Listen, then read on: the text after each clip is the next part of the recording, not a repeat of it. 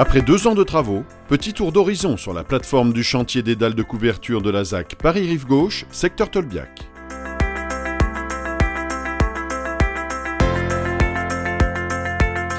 Après 2 ans de chantier, on a enfin terminé les appuis.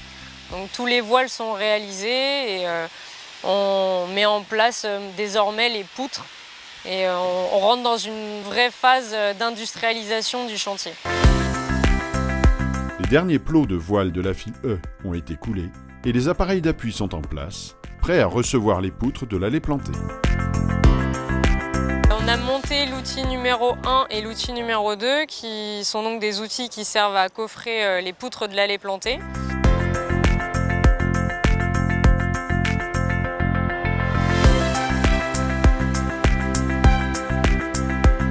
L'outil numéro 1 qui est le premier à avoir été terminé, donc lui il est déjà en fonctionnement.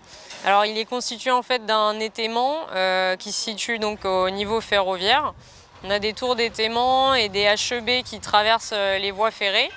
Et ensuite on a un plateau avec des fonds de moule posés dessus pour coffrer les sous-faces des poutres.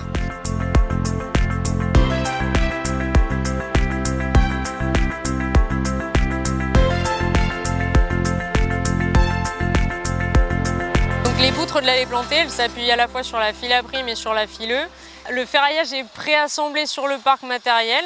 On constitue ce qu'on appelle des berceaux qu'on va mettre en place à l'aide des grues à tours et qu'on va ensuite remplir avec des barres filantes en HA40. Il y a à peu près 5 jours de ferraillage et une fois que le ferraillage est terminé, nous on vient coffrer ces poutres avec des banches qui sont autostables.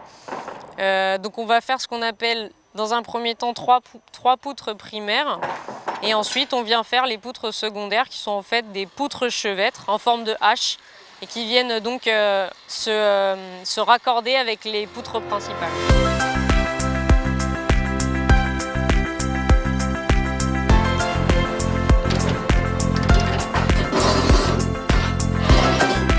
Le système de banche autostable permet un gain de place et évite de surcharger la plateforme d'étaiement. Le bétonnage des poutres de l'allée plantée peut être réalisé de jour avec bien entendu une surveillance en dessous des outils pour s'assurer qu'il n'y a pas de fuite de béton, notamment sur les voies ferrées. Donc là, on a mis en place une vigie en fait, qui va contacter le plus rapidement possible le poste d'aiguillage s'il y a une fuite de béton dans la zone dangereuse.